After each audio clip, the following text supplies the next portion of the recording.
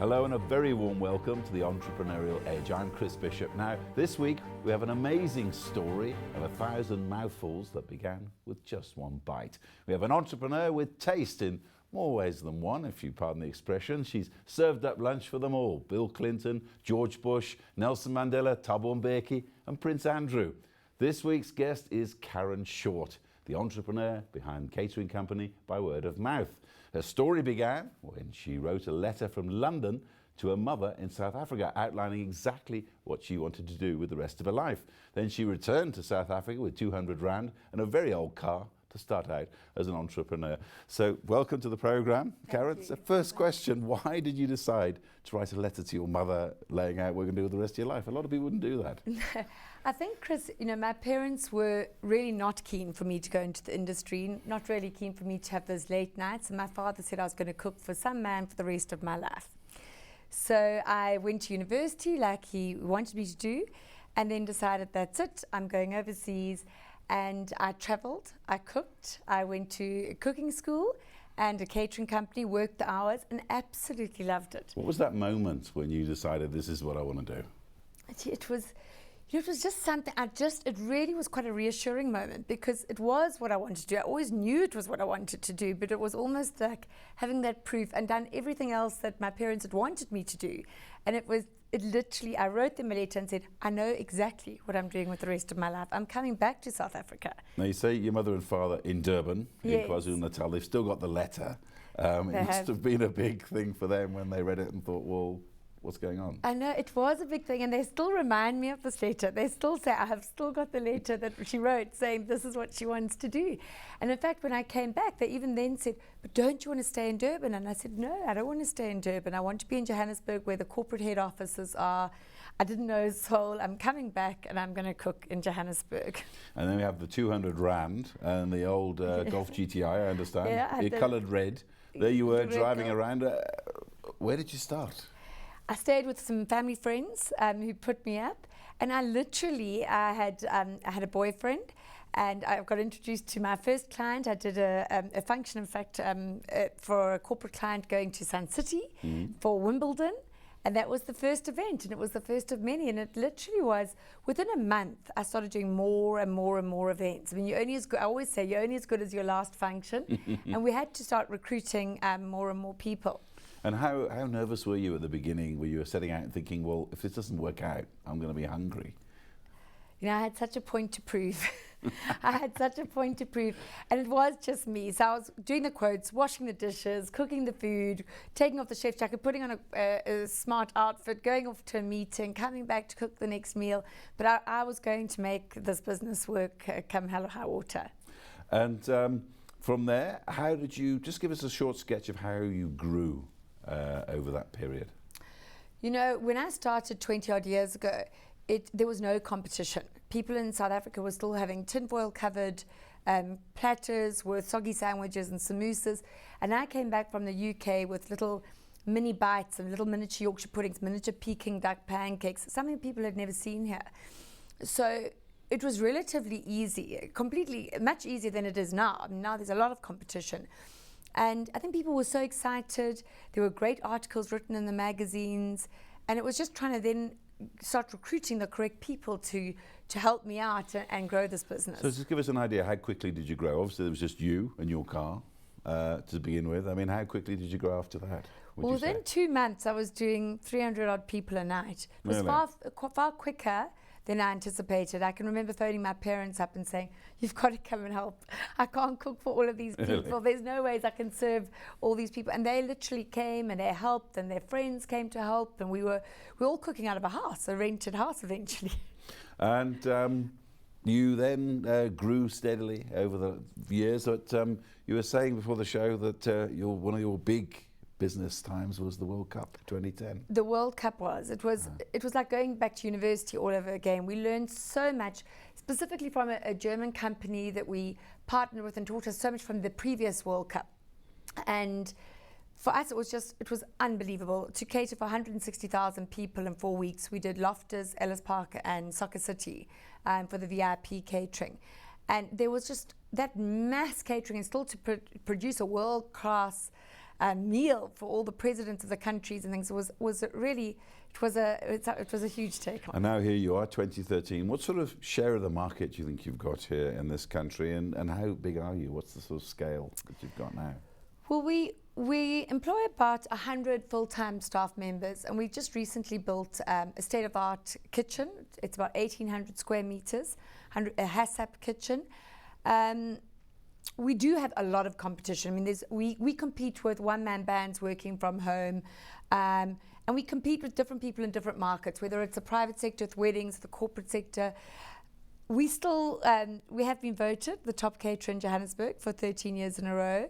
And we hope to keep that up. But it all sounds, I mean, it does sound that, well, I won't say easy, but it sounds like you got there. But I mean, there must have been some terrible days for you somewhere. There still are. You know, one of the hardest things is trying to just come up with new ideas all the time. So one thing in this business, you come up with a new idea and then somebody will copy you, and you come up with a new idea and it's, so we do have to travel a lot. I attend conferences all over the world. We've won awards all over the world. I mean, South Africa's not far off anymore. We get everything in this country. There's nothing we can't get. And I certainly see that in my travels. We are world class. I think the hardest thing is the new ideas. Certainly I'm a very creative person, so anything to do staff related stuff, I hate that. And I think, you know, this job is synonymous with really, really long hours. Was there ever a time when you wanted to throw in the towel or the apron or whatever you would say in your business? Definitely. I think, you know, one thing about kind of a family-run business or an entrepreneur almost is you reach a point that you really need to surround yourself by really, really good people. I mean, I definitely had a bookkeeper at one time who stole from us. And I was having children and finding the hours terrible. And definitely then, it was about 10 years ago, where I just thought, I can't carry on. I can't do this anymore. And yeah, I came out of that. You came out of that to cook for some very famous people. Yeah, I did. Bill Clinton, Nelson Mandela. I mean, get you to make a choice here. George Bush, Thabo Mbeki, who was the best? Nelson Mandela. And why was that? You know, he's just the most incredible man, and he's just got such a presence when he walks in the room, and you just made us feel so appreciated. When we did these events, and not many people walk into a kitchen and thank you for the food and shake the scholar's hand, but he just was, without fail, just such a gentleman, and just so grateful. It just was wonderful. And you cooked the night of the World Cup final. He was there with his wife, and I'm told that in particular there was a type of food that Graça Michelle loves. She loved our trap that night. It was such a compliment. We did from skop, which is the sheep heads. We did really traditional sampan beans and sing, and we together with sushi. I mean, we had to cater. We did kind of the South African Rainbow Nation, where that was our menu, but we also had, you know, other food that would the rest of the presidents and people from the rest of the world would enjoy. So and the other presidents, I mean, Bill Clinton, George Bush, what's their favourite food? Yeah, we had the, you know, for them, we always did pretty much Western food. George Bush, I can't remember the menu, but he was also very good. He came into the kitchen as well with his whole entourage. In fact, that's how he entered, through the kitchen. And Thabo Mbeki, we used to do a lot for Thabo Mbeki, for him and his wife, their home as well. And we did some amazing events for him, really beautiful events. And any funny stories from those days? Must have been some people always ask you, I'm sure. It was interesting because Mrs. Mbeki used to always walk around with the camera and taking pictures. She used to act like she was like the photographer at these events. But it was fantastic. I mean, we had fun with all of it. Yeah, those events were great. And looking to the future now, you've established yourself here, but you're looking to expand across the continent of Africa. You know, my husband joined me 10 years ago, and he always said that he had to expand the business because if something happened to me, he couldn't cook. So we expanded into the hiring, rental and floral division, and we've gone very much into the corporate market now. We're expanding into there. And one thing with the economy, we've had to diversify. We have done events, Seychelles, Botswana, Swaziland. So we're going more and more across the borders, but I think we'd love to go into Africa, Nigeria. And that's going to be your next big step. That we would love that to be our next big step. Now, but a lot of people say in the restaurant business, they say that everyone comes to them and say, oh, my wife can cook. She should have her own restaurant. But they say, that's the worst thing you can do, because just being able to cook is not enough. I mean, would you agree the same in your sort of catering business? Absolutely. You know, when I started the business, I didn't know what a debtor or a creditor was. So, it's so important. We've had to, and that's where my husband came in and put in all the computer programs, the costings of the food, real online pricing, because a pint of asparagus, for example, can change in a day.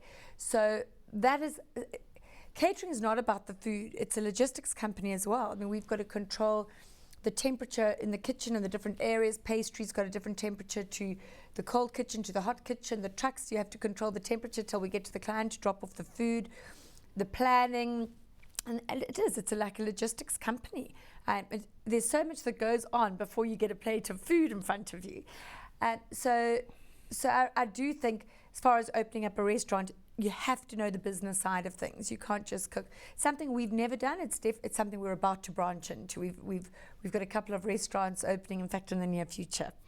Okay, and a lot of people out there watching this, as you know, they all want to be entrepreneurs.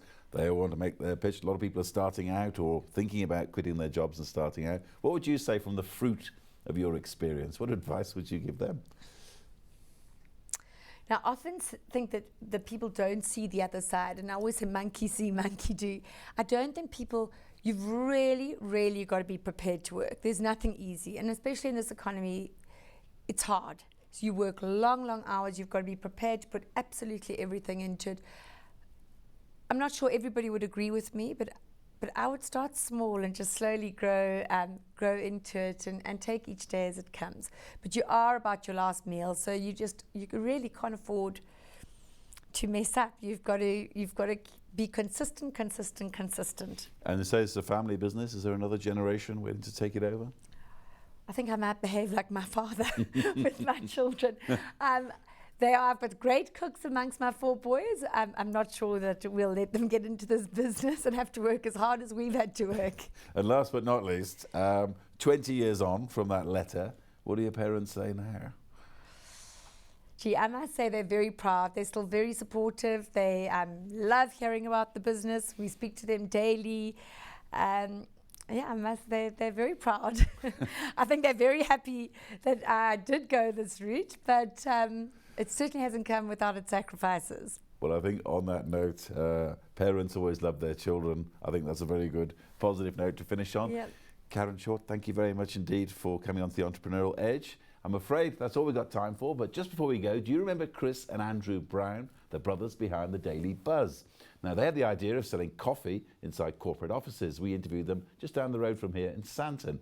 Well, they've been nominated as a finalist in the Sanlam Business Partners Entrepreneurial